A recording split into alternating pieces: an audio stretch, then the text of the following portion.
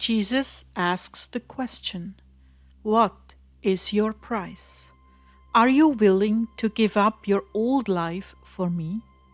September 5th, 2015. Words from Jesus through Sister Clare, spoken by Jackie. Clare began, "The Lord is with us, Heartdwellers, and His blessing is upon us. He has given me a challenging message, very interesting. As I waited on the Lord tonight, He began by saying, 'Waiting is wonderful.'" And I thought to myself, I don't think that's going to go over too well, Lord. I don't think anybody thinks waiting is wonderful. That was the direction that He was going in, so I was anxious to hear what He had to say. Jesus said, "Waiting is wonderful." In other words, waiting for the rapture is wonderful. Why do I say that? Because it gives you one more chance to execute your dreams and produce fruit for the kingdom. Those of you who are agonizing over waiting are not fulfilling my will at all. You are in your own will and centered on yourselves. Look deeper into your own lives, and you will see this is not just a problem arising from the imminent rapture. This is a lifelong disability or lack of ability. Behind it is sloth. You are lagging behind in fulfilling your purpose on this earth and using all the talents I gave you. How can you tell you are in my will? When you're in my will, your life is vibrant and filled with purpose. You have something to look forward to every morning. You are growing in the life assigned to you. You have sought your purpose in life and found it. You are being used by me. Some of you are still waiting in the wings for the work I have prepared for you. Some of you truly are in formation now and not ready to go out on your mission yet. But you can sense that you do have a mission and that you are being prepared. Some of you have chosen your own way over mine, and you wonder why you are not happy. Clare, share with them what you did to me when I called you. Well, I've talked about this before, but I was attending a nice middle-class church on the north side of Phoenix, while my husband at the time was going to the University of Arizona studying public affairs. I was doing everything in my power to back up his career in the sense of dressing him in the right clothes, of decorating the house, to making the right presentation, something that looked successful. His parents were footing the bill, and we were living comfortably. There had been an alienation between his father and us because his dad was in a high position at the university, funding students, and his dad wanted to see him make something of himself, not just waiting tables. It just so happened that we were feeling called to youth with a mission in Holland.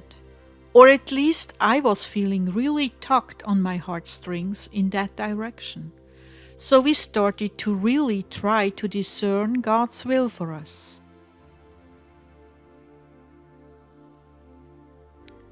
During that season, Richard Wurmbrand, the founder of Voice of the Martyrs, came to speak at our church on a Wednesday night and talked about the affluence that we had, but how happy were we in our affluence.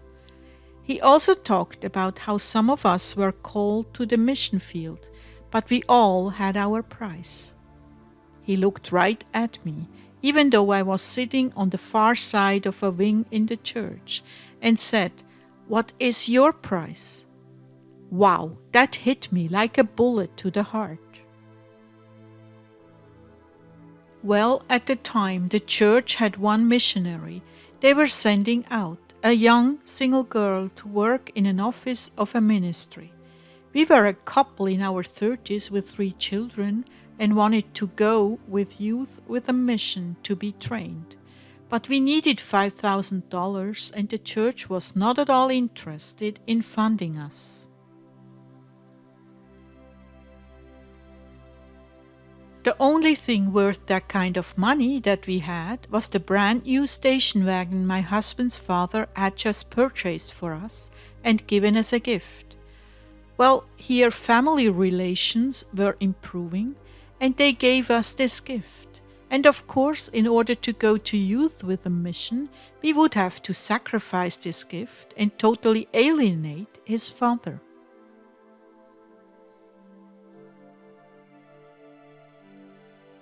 I had some really deep-seated insecurities about the whole thing, and one was my relationship with the man I married. Something wasn't right.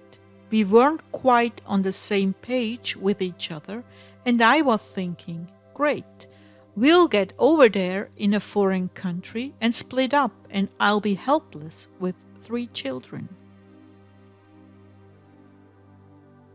I was thinking in my flesh. My heart was crying out to go, and my flesh was saying, be careful, be cautious, be secure.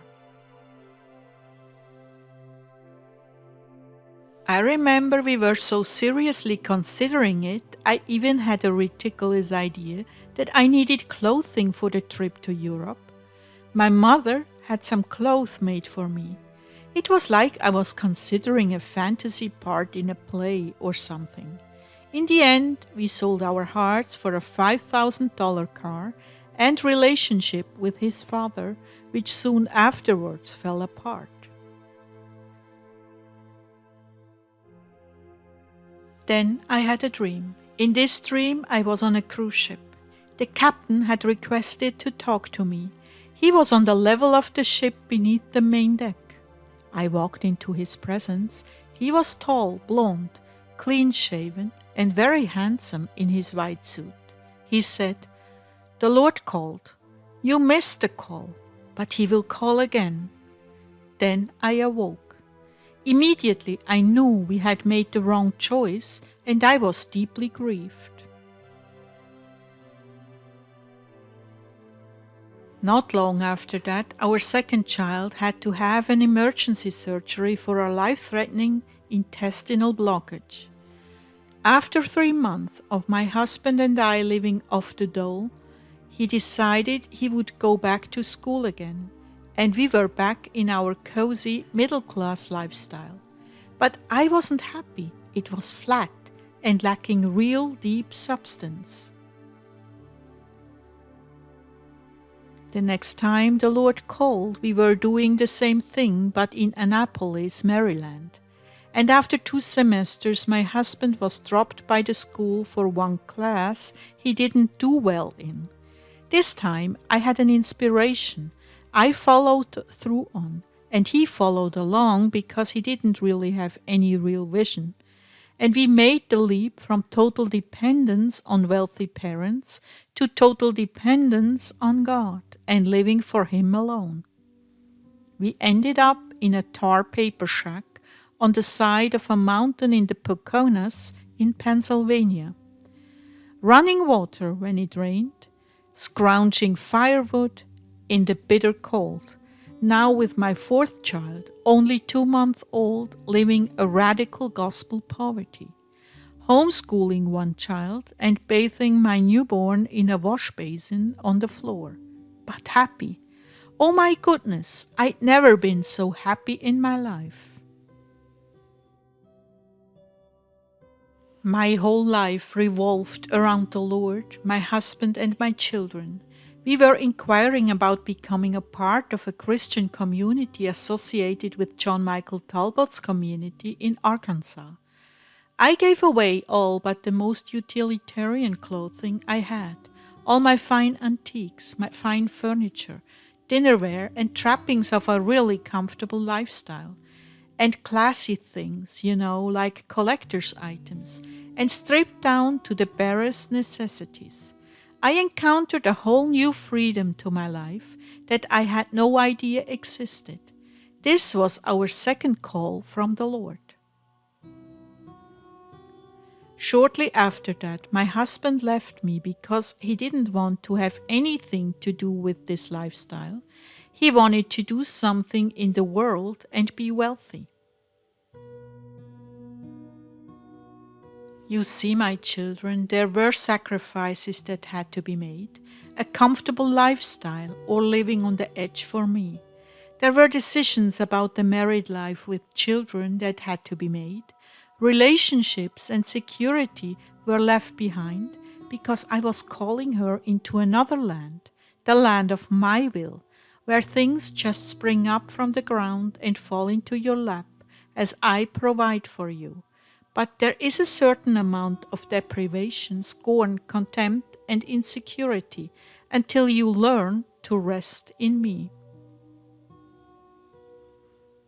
By the way, I just wanted to say an aside. That marriage was not in God's will. That marriage was in the flesh. We believe that when God joins people together, they should stay together. If the Lord hasn't brought that marriage together, it's not truly what it should be in Him. And it's not going to stand or produce fruit in that condition. Many of you have very solid hearts for me, but you haven't quite been able to bail out of your security zone to do my will. You are thinking as the world thinks, and as such your time is taken up by the world.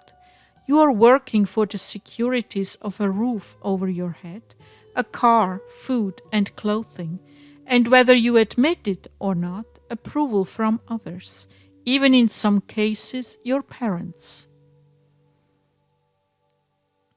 What I would like you to do is ask yourselves, am I happy and fulfilled? Is this the life I want for the next 20 years? Okay, don't misunderstand me. I didn't say you would be here for another 20 years. No, I said, can you imagine living this lifestyle and being happy for the next 20 years? Or does that idea cause you to really have some questions and doubts?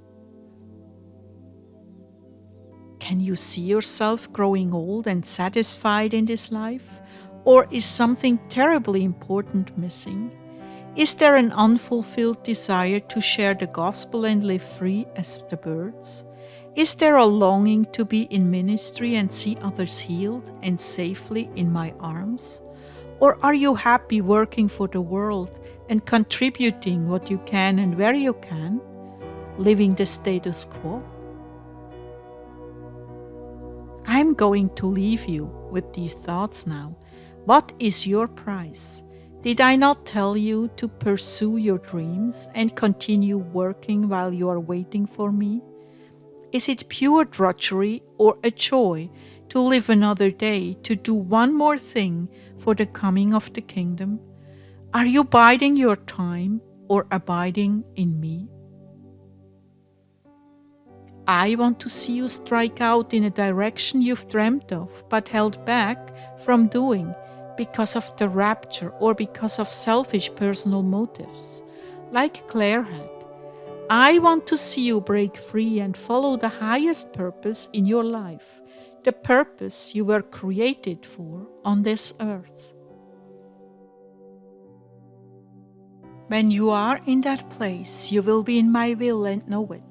Your life will bear fruit everywhere you go, whether it be little fruit at the soup kitchen or more fruit in Mozambique.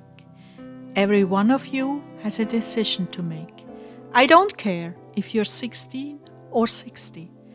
Clare set out when she was 40 with 4 children. None of that is important.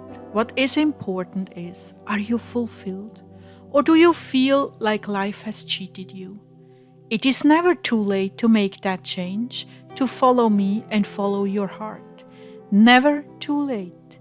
And for those of you who are older, You carry wisdom and maturity that is lacking in the younger generation, and you still have much to contribute. Do not be cowed by the idea that you are too old. That is a lie from hell. Clare didn't take up music until she was 58, and look at what I was able to do for her and through her. All I'm asking of you is willingness. The willingness to break free from the boxed-in life you've created for yourself because of fear and insecurity. There is no need to fear if you make choices for me. I already have you covered and every need provided for according to my mercy and my will. The question is, are you willing to forget yourself and live for me? Are you willing to deny yourself, pick up your cross and follow me? Or are you like the rich young ruler making excuses? But I have so many possessions. What? Give up my inheritance? Oh no, I couldn't do that. What are you willing to give up for the sake of my kingdom and the deep inner joy you will feel in my will, working with me to save souls? In short, what is your price tonight? My blessing rests upon you as you examine your hearts. My spirit is with you. I will not abandon you in answering this heart-searching question. I will come to you.